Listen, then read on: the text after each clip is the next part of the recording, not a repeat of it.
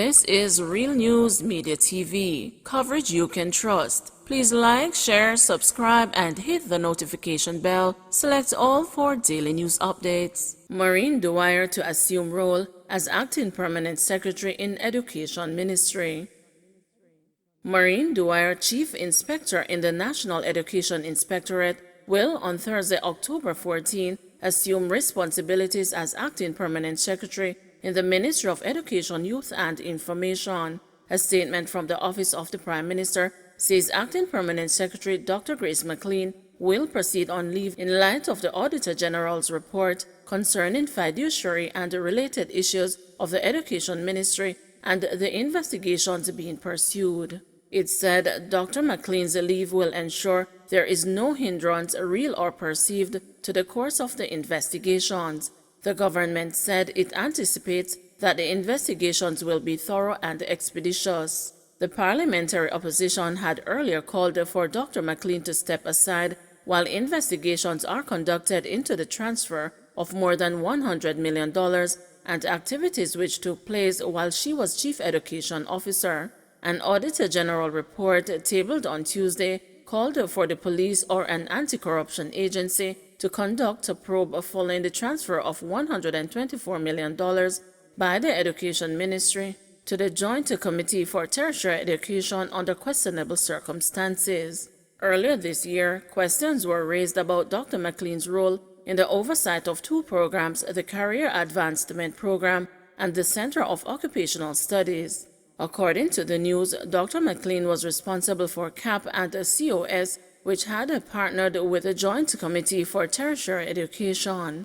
Questions about the award of contracts and the conflicts of interest in relation to the programs prompted Education Minister Favour Williams to ask the Auditor General's Department to expand its investigation of the ministry to include those programs. When contacted on Wednesday afternoon, Cecil Cornwall, chairman of the Joint Committee for Tertiary Education, told the news that he was advised by his attorney not to speak on the developments regarding the JCTE. National Integrity Action (NIA) has said those responsible for wrongfully transferring the $124 million from the Ministry of Education to the JCTE should reimburse the money to the public coffers. Professor Trevor Monroe, Principal Director of NIA, said it is unacceptable that over the last 6 years, no responsible officer has been required to pay back taxpayers' money spent in breach of the law. This situation cannot be allowed to continue, and the public needs to call for appropriate sanctions to be applied. In this case, without any reference to the personality of the individual, I believe that an example needs to be set that those who spend our money without proper authorization at a time when taxpayers are suffering and the government is struggling to find funds to provide care for those who are under pressure in the pandemic. Those who continue to offend proper administration of our money need to pay back what they have improperly spent in accordance with the law. NCB facing pushback from workers over vaccine mandates.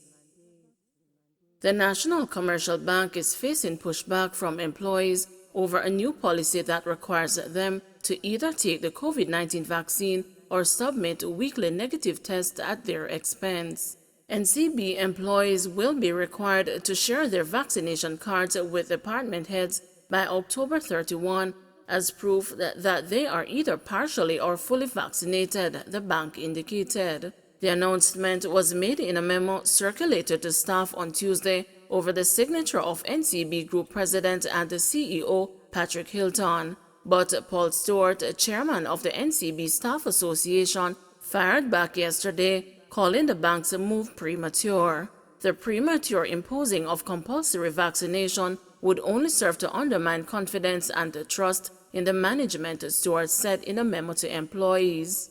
We therefore will be requesting an urgent meeting to have the circular withdrawn so we can respectfully address the foregoing concerns, he added, noting that the union wanted to maintain the cordial relationship with the bank while protecting the health and well-being of the staff.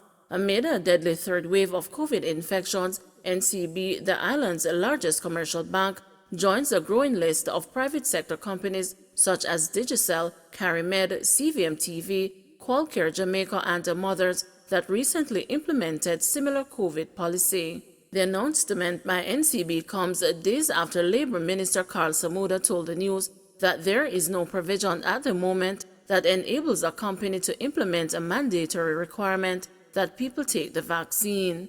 NCB employees who are not vaccinated by October 31 will be required to submit a legitimate negative PCR COVID test done at their expense every Wednesday starting November 3. Unvaccinated employees who do not provide a current PCR test and consequently are unable to attend work will be required to take the days on which they are absent as unpaid leave, the memo said. We consulted the NCB Staff Association and took their perspective into consideration, Hilton's memo said.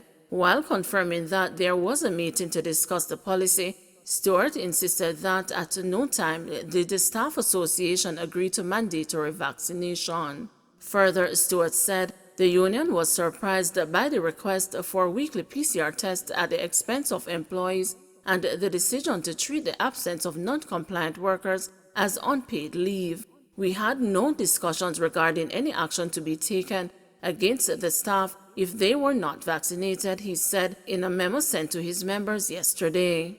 According to Stewart, the association has several concerns about the move to implement the policy and the likely impact on workers and would seek to raise those issues in the proposed talks. Among the concerns, he said, was NCB's willingness to accept liability if persons are forced to take the vaccine, which leads to any negative reaction or death. Stewart said there are concerns too for employees who opted not to get inoculated because of their religious beliefs, as well as those who refuse based on the fact that there are insufficient clinical trials to determine its long-term effects. I watched my baby take her last breath. Family stunned by death of 14-year-old. Excelsior High School student Keishel Thompson was looking forward to celebrating her 15th birthday on October 30 and to continuing her academic journey to realize her dream of becoming a heart surgeon. However, Thompson, who was affectionately called Brittany, died at the Kingston Public Hospital on Sunday, 6 days after complaining of being continuously thirsty and having a pain in the throat.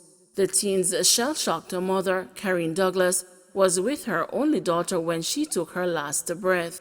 She said that her family is devastated as no one considered that Thompson, who was full of life, would die so suddenly and under such circumstances.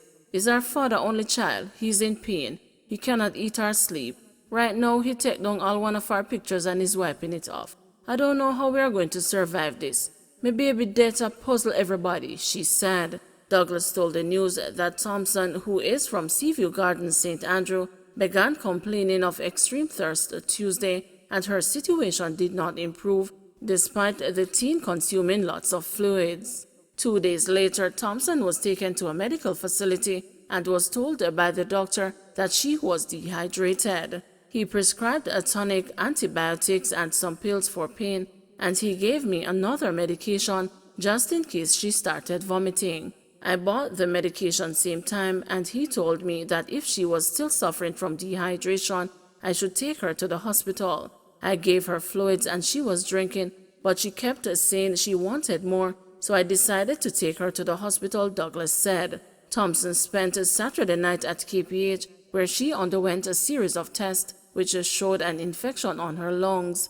Douglas said that the doctors told her that it could be treated with antibiotics. Douglas said that Thompson was texting and even asking for her father on Sunday. She was at her daughter's bedside when the doctors came to check on her. Nothing could prepare her for the devastating moments that lie ahead. When they began to check Brittany, the doctors could not find any of her veins. She was conscious at the time, and they told me to rub her down so she could get calm while they were searching for veins.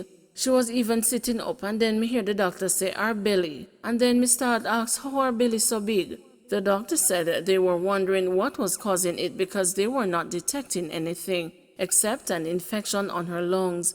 I was rubbing her down and I don't know what happened after. My baby just died, a heartbroken Douglas said. I watched her take her last breath. I was rubbing her down to keep her calm, added the weeping mother, who said the doctors did everything to save her child. Douglas said that the 14-year-old had no major health issues. She also said that her daughter tested negative for COVID-19 on 3 occasions. Douglas is hoping that the post-mortem will solve the mystery of Thompson's death and to possibly help the family get closure. She was my best friend. She was my hands and feet and everything. When I get my partner draw, is she bank the money? She know the pin for the bank card. I don't even know my Wi-Fi code. Is she know it? I don't know anything about myself. But if me ask my daughter, she can tell me about me. Whenever me sell her daytime, she tell me to give her $1,000 so she can save it for me. She say it's for me to rally back on just in case I need it. She had her head on her body, Douglas said. Policeman charged for making a false statement to Indicom. Police Constable Michael Shakes has been charged with willfully making a false statement to mislead the Indicom Commission of Investigations in connection with a probe into a shooting. Shakes was placed before the Westmoreland Parish Court by way of summons on Tuesday to answer to a charge of breaching Section 33 of the Independent Commission of Investigations Act 2010. The charge was the result of an investigation by Indicom and a ruling by the Office of the Director of Public Prosecutions. Indicom says it commenced an investigation into a road traffic accident resulting in a fatality in January 2015 along Spring Garden Main Road in Westmoreland. It was reported that cops were conducting spot checks when the deceased was approaching the area on a motorcycle and then turned around and proceeded in the other direction and eventually crashed. Police personnel at the scene fired in the direction of the man on the motorcycle, according to Indicom. It said that during the investigation, Shakes denied discharging his firearm at the scene.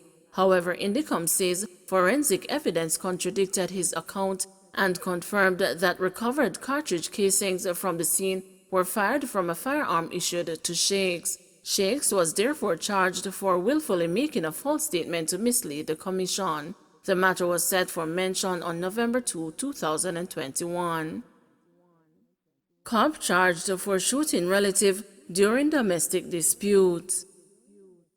Police Sergeant Oswald Francis was on Tuesday charged with wounding with intent. He appeared before the Kingston and St. Andrew Parish Court, where he was granted $400,000 bail, which came with reporting conditions. The case was set for mention on November 16. Francis was charged in relation to the shooting injury of a relative on June 13, 2020, following a domestic dispute. The incident occurred on Swallowfield Road in St. Andrew. Jamaica among 6 regional countries falling short of WHO's vaccination target. The Pan American Health Organization PAHO says Jamaica is among 6 countries in Latin America and the Caribbean which are falling short of the World Health Organization's target of vaccinating 40% of their citizens against the COVID-19 before the end of the year. PAHO Director Dr. Carissa Etienne says St. Lucia, St. Vincent, and the Grenadines, Haiti, Guatemala, and Nicaragua are yet to vaccinate 20% of their populations. The PAHO Director also highlighted that while the overall vaccination rate in Latin America and the Caribbean currently stands at 39%, coverage is much lower in far too many places. She said with more vaccine doses to be allocated to the region, countries must make the necessary preparations so that the doses can be used as quickly as possible. JPS residential customers to see reduction on October bills. Residential customers of the Jamaica Public Service Company will see a reduction in their electricity bills this month. According to the utility company, there will be an average 3.68% decline due to reduced fuel prices and an improvement in the foreign exchange rate. The average selling rate for the U.S. currency moved from $152.09 in September to $147.24 earlier this month. The JPS says the fuel charge declined from $23.38 to $21.96 per kilowatt hour. It pointed out that a customer who consistently uses 165 kilowatts per hour monthly will pay $7,728 this month, down from $8,023 in September. Don't forget to like, share, subscribe, and hit the notification bell. Select all for daily news updates.